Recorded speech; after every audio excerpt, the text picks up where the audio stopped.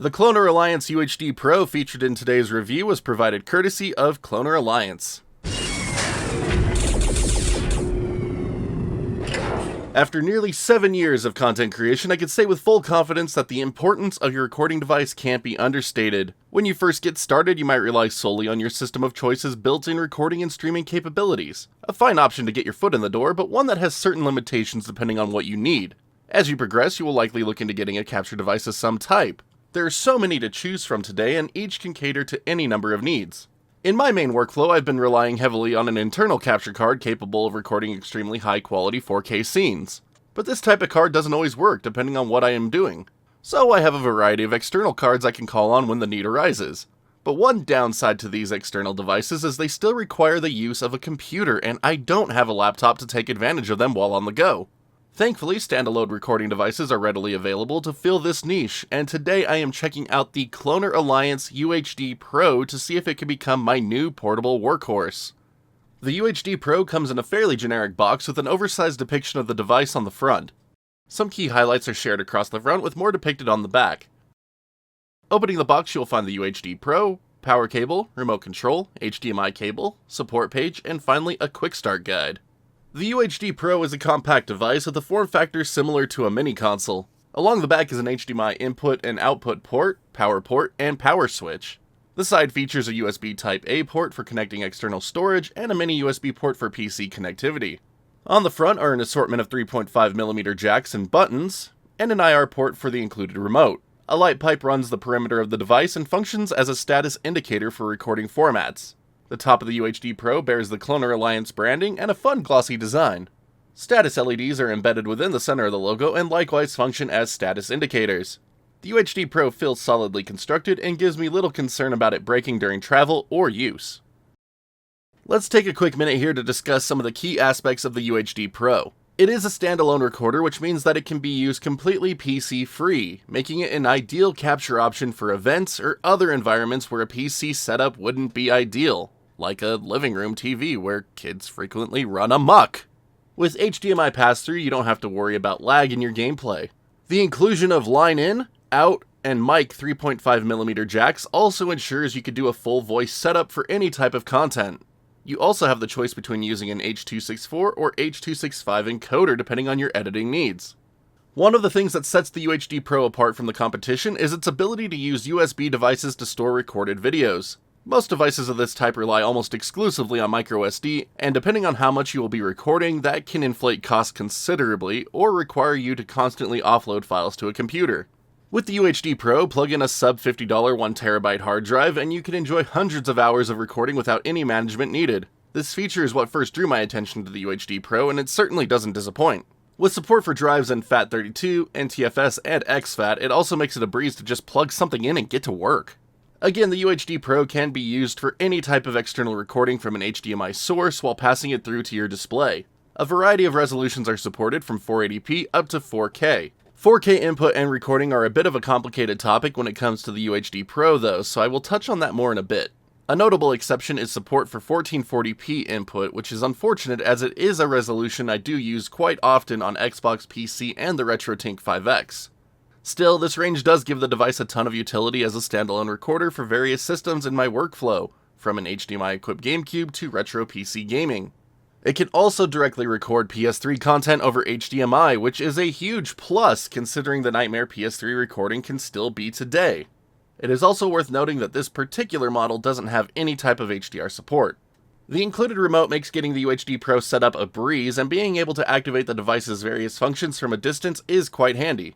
This type of device is one I like to use away from a desk after all. Although I will admit when I am using it at a desk, I tend to just use the onboard buttons as it allows me to quickly start or stop a recording session or take a quick screenshot. The remote is the only way to adjust device settings within the UHDPro menu, as well as the audio mixing between your gameplay and mic if you decide to use the functionality. The UHDPro menu is pretty straightforward, and getting recording settings set up is a breeze. As I began to use the UHDPro, I was immediately fond of its on-screen interface. While no input source is activated, you get this pleasant ClonerAlliance background and different settings displayed on the left, including remaining space on your currently in use USB drive. Once an input source is detected, the device will change over to it and give you the status of the currently in use resolution. I've always been a fan of being able to see what resolution is currently being displayed, so this is a touch I appreciate. At any time during use, you can press the display button on the remote to see the same sidebar that is present on the default UHDPro splash screen. A recording indicator will also appear up in the top left corner of the screen while in use. This is an option you can disable in the menu if you choose, and it is also worth noting that none of these on-screen options appear in your recorded videos. I am quite pleased with the quality of the files that I have recorded up to this point with the UHDPro. While they are limited to 1080p 60fps, again, more on 4K in a bit, they look good with minimal artifacts even in high movement scenes. With the UHDPro set to high quality bit rates, the 1080p content I have captured has hit between 7 to 13 megabits per second. I feel this is a good range for content of this type.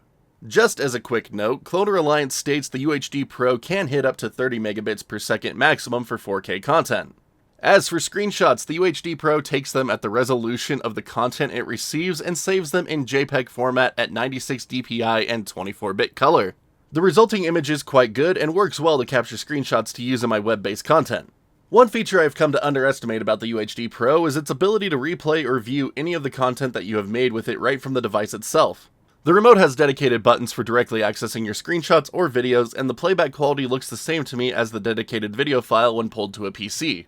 While this feature is more intended for use as a cable or satellite DVR alternative, I think it still has its uses for gaming. Checking audio levels for an offline Let's Play, or to show a friend a quick highlight from one of your game sessions are just a couple of things I have used it for so far. As a standalone 1080p recording device, I am quite pleased with the ClonerAlliance UHDPro and think it offers a pretty premium experience compared to offerings from other companies. But there are a few areas it falls short in, one of which being 4K support, which is a bit of a letdown considering the thing is called the UHDPro.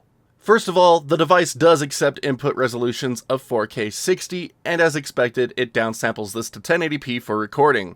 While this isn't a negative in itself, the problem is the output of the UHDPro's HDMI pass-through is now also only 1080p.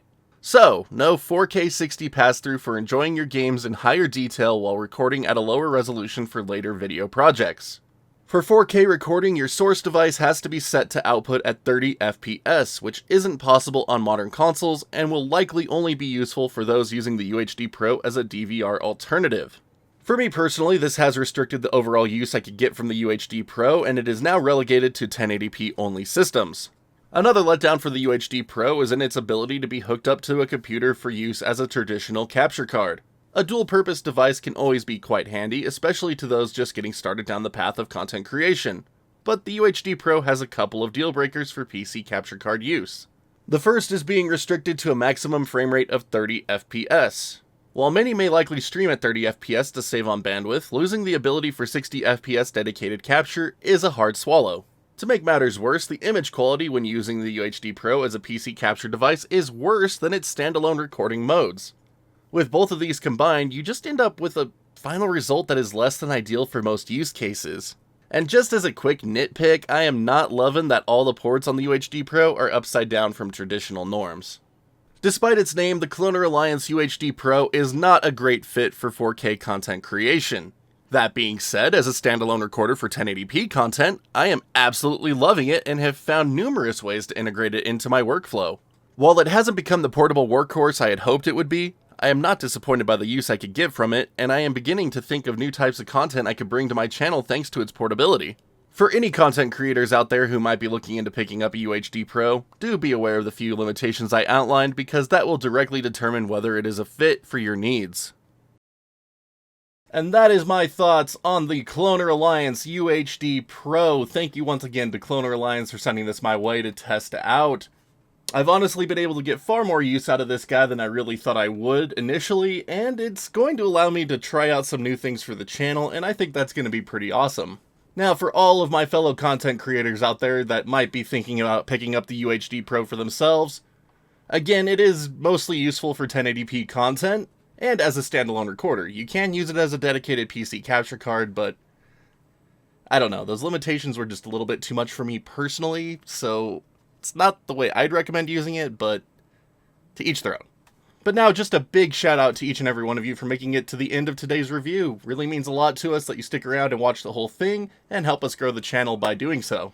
But now if I could ask a few further favors from you, if you haven't already, be sure to hit that like or dislike button, just depending on how much you like today's review, and that sub button so you can see when new videos go live on the channel. Again, goes a long way to helping us keep the growth of the place going and just hitting these goals that we've just been smashing out of the park this year, thanks to each and every one of you.